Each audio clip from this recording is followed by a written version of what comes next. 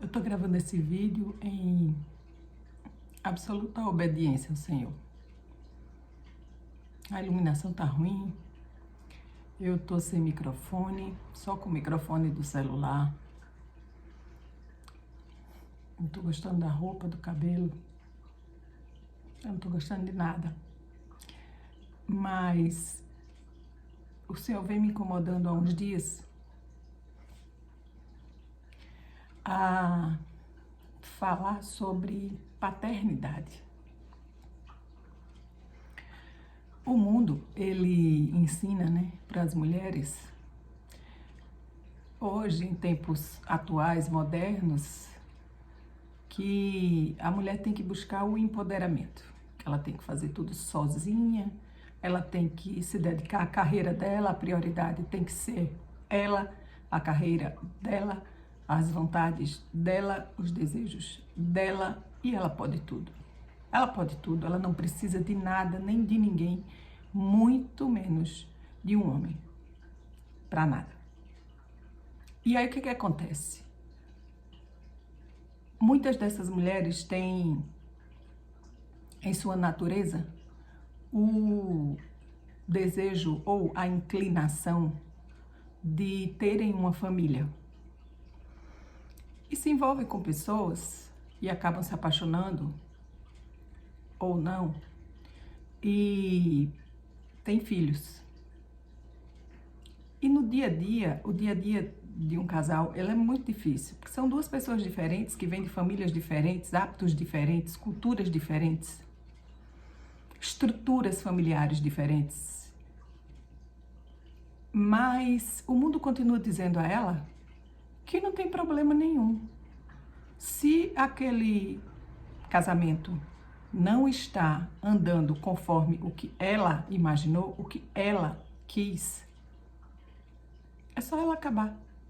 É só ela se separar. Só que o mundo não fala sobre as sequelas para aquelas crianças, para aqueles filhos. Porque a mulher pode tudo, ela pode ser pai e mãe. Ela pode ser mãe. E eu sei que muitas mães o são,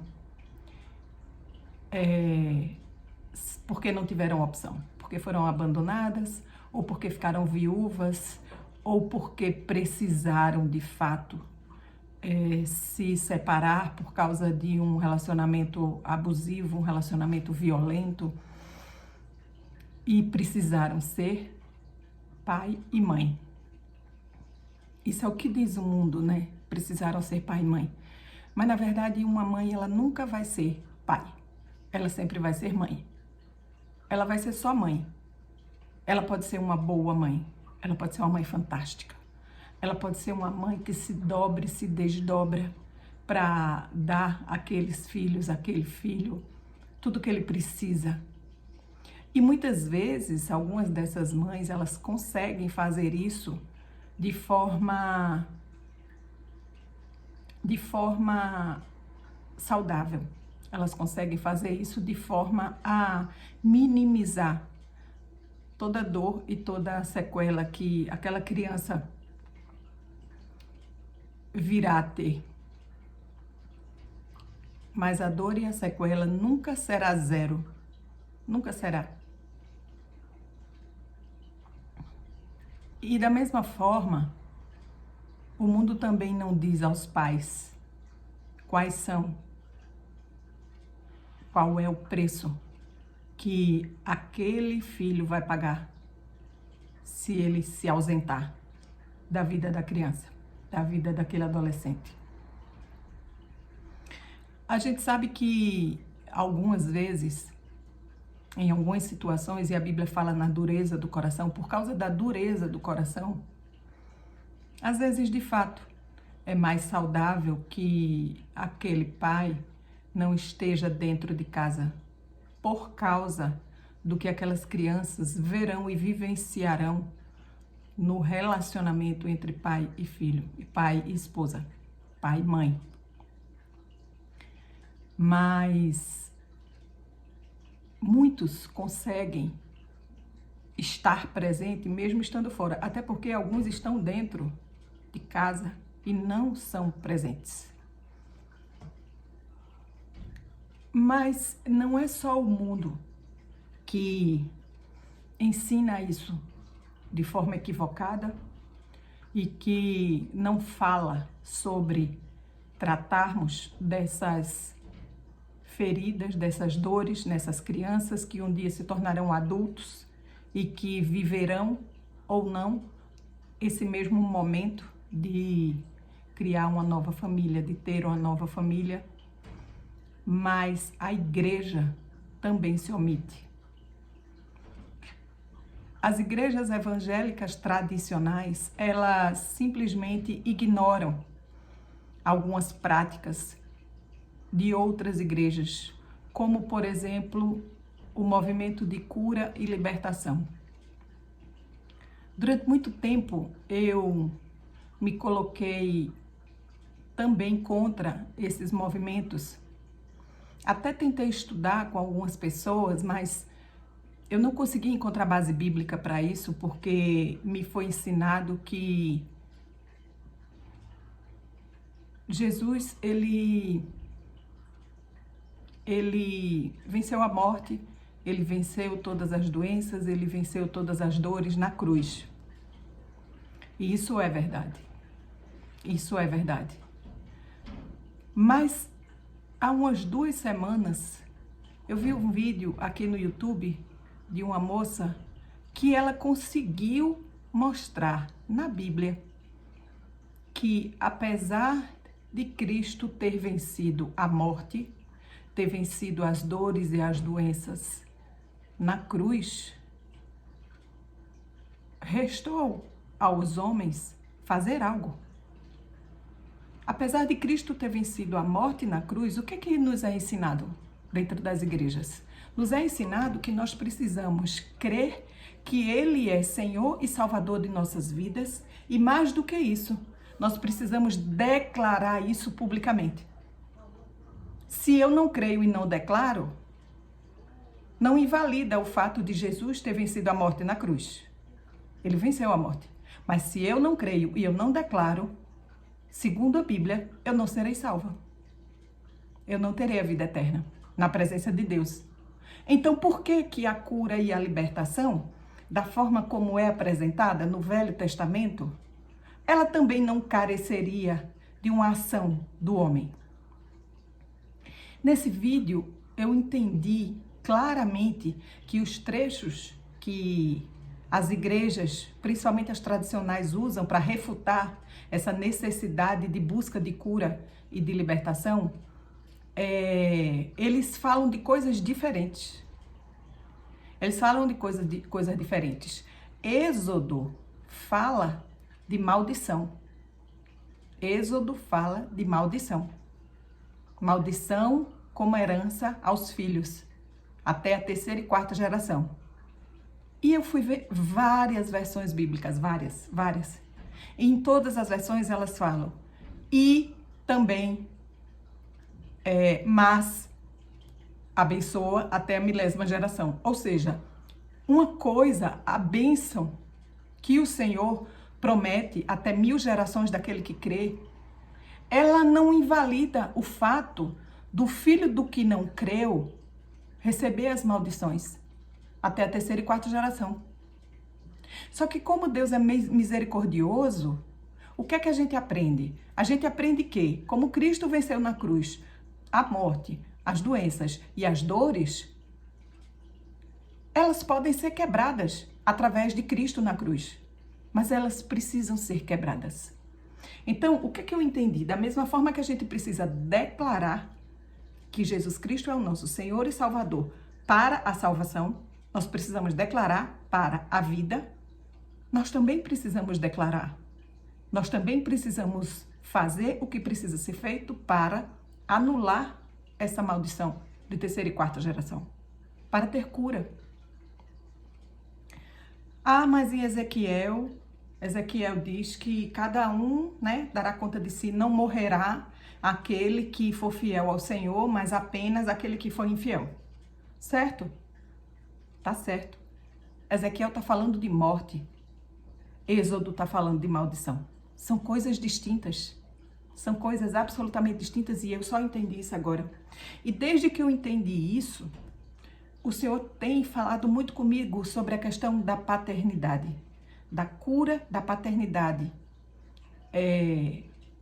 ausente, da cura da paternidade desequilibrada, não saudável. Por quê? Porque à medida em que nós ficamos presos nesse buraco, que a ausência da figura paterna gera dentro de nós, nós temos dificuldade em enxergar Deus como Pai. O nosso relacionamento com Deus, ele nunca será saudável enquanto não tivermos uma visão correta de quem é o Pai. Qual é o papel do Pai? Qual é a figura do Pai? Porque Deus, ele que se intitulou de Pai. Ele que falou que ele era Pai. Ele que falou que Jesus era o Filho primogênito. O Filho unigênito antes e depois o Filho primogênito. Se Jesus é o Filho primogênito, ele tem outros filhos. E a Bíblia fala sobre os outros filhos. Se ele tem outros filhos, esses filhos têm um pai. Mas qual é a figura de pai que a gente traz na nossa mente? Então, a igreja, ela também tem errado em não tratar esses assuntos. Quantas meninas e quantos meninos estão dentro das igrejas com esse buraco, com essa falta, e estão simplesmente vivendo como se isso não existisse, mas vai chegar um momento que esse buraco vai incomodar tanto, mas tanto, que isso vai resultar em algo visível. Em uma paralisação, em um trauma, em algumas falhas, inclusive de personalidade ao longo do crescimento, porque houve uma falta. Houve uma presença que tinha um papel a cumprir e esse papel não foi cumprido na presença daquela criança. E a igreja ignora isso. A igreja não fala sobre isso. A igreja não ensina a importância de vermos Deus como nosso Pai desde criança. Desde criança. E eu tô falando isso porque eu tenho 51 anos. E meus pais se separaram, eu tinha 2 anos de idade, eu nem lembro de nada, obviamente. Fui morar na casa dos meus avós maternos, então eu tinha o meu avô materno presente. Eu sempre digo que eu era a pessoa que o meu avô mais amava no mundo. Ele me amava muito, muito. E ele fez tudo que ele pôde por mim. Eu tenho muito vívida na minha mente a lembrança de eu pequenininha, com 4, 5 anos, ele gostava muito de ficar na rede, e à noite, assim, ele me colocar na rede, ele cantava para eu dormir.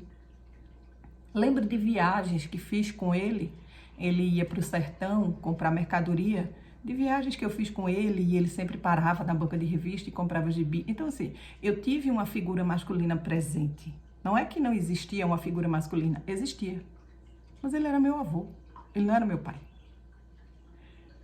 Eu lembro também que na rua que eu morava, cidade do interior, naquele tempo, 45 anos atrás, as crianças podiam brincar na rua, tinha pouco carro na cidade. E eu lembro que tinha 2 famílias nessa rua de crianças com as quais eu me relacionava. Uma família, eram 4 filhos, 2 meninas e 2 meninos. E o pai era uma figura muito, muito tranquila, de fala muito baixa, mas de muita autoridade. E um homem muito carinhoso com os filhos, muito atencioso com os filhos. Era naquele tempo que carro de fato era uma coisa rara. E no final de semana ele botava as crianças no carro e vamos passear de carro. Essa era a programação.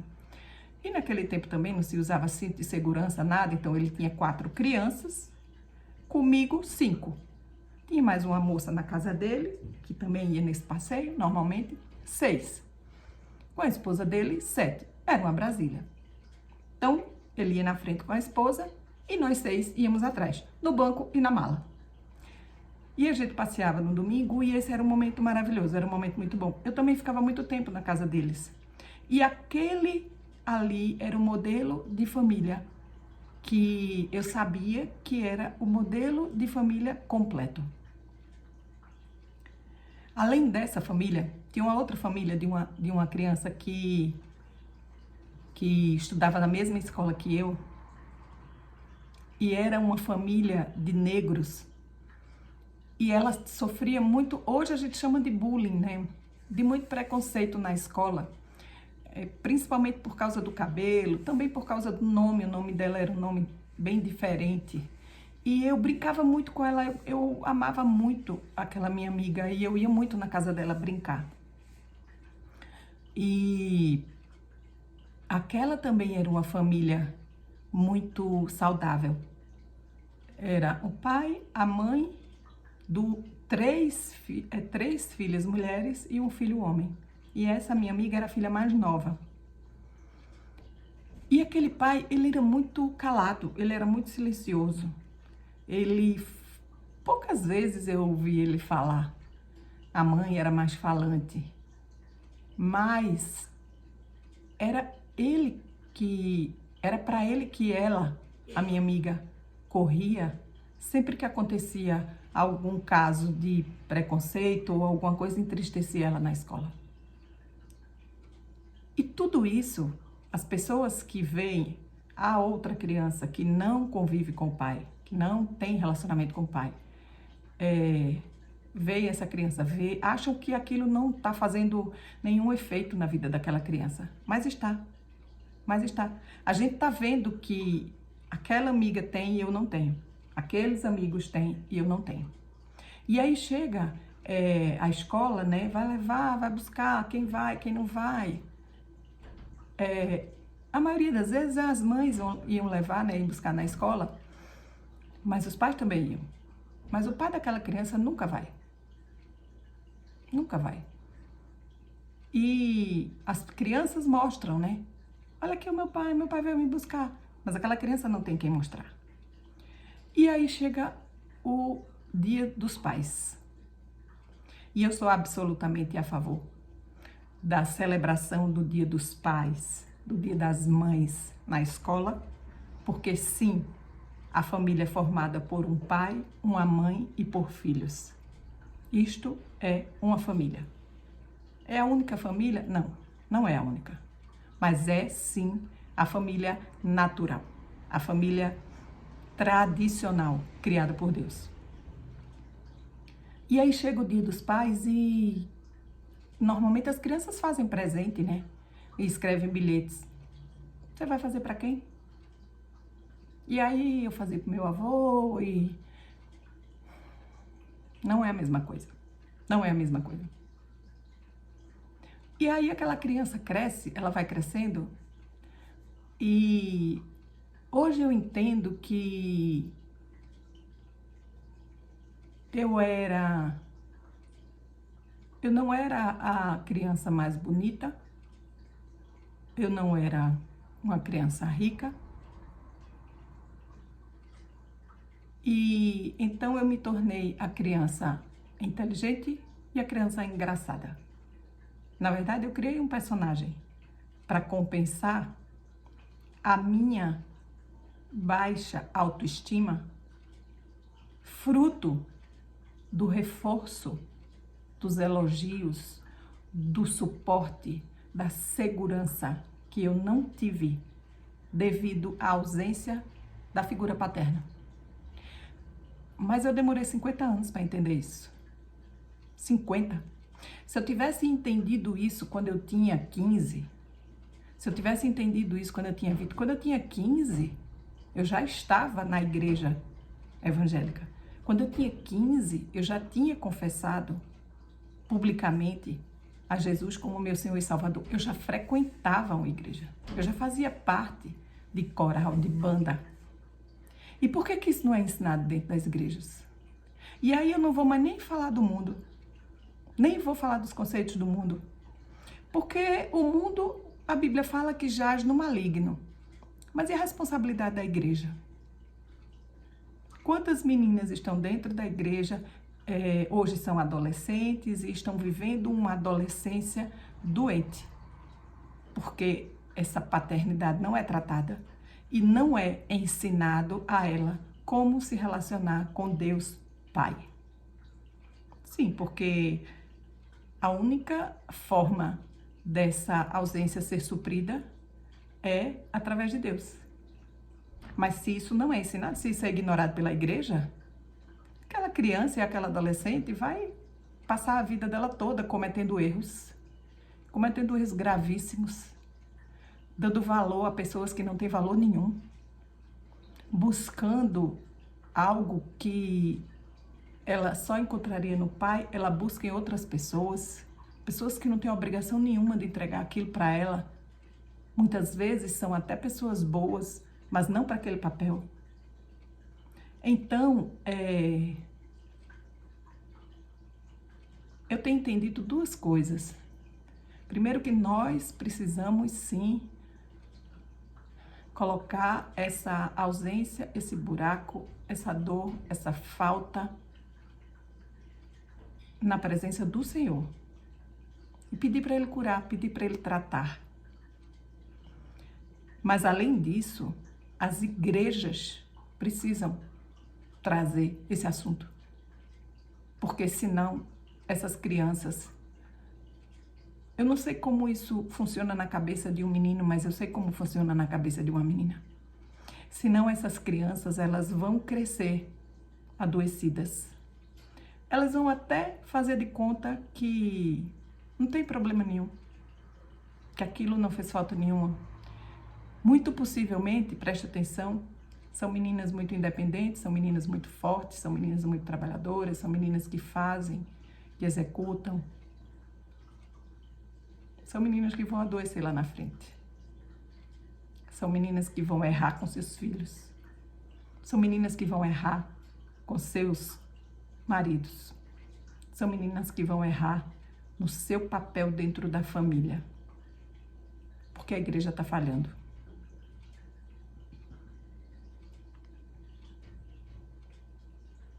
Eu sigo buscando a cura em Deus. Creio que ele já começou, creio que esse vídeo, sem roteiro, sem preparação, sem iluminação adequada, sem microfone, creio que esse vídeo, na verdade, é ele falando para mim, para que a partir de agora eu receba das mãos dele, das mãos do Pai perfeito, das mãos do Pai que sempre esteve do meu lado, a cura. E a partir de agora eu aprenda e comece a nutrir esse relacionamento de pai e filha com ele, que é o Pai perfeito. Eu espero que esse vídeo tenha te ajudado.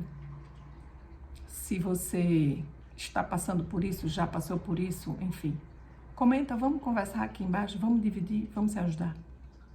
E a gente se vê no próximo vídeo.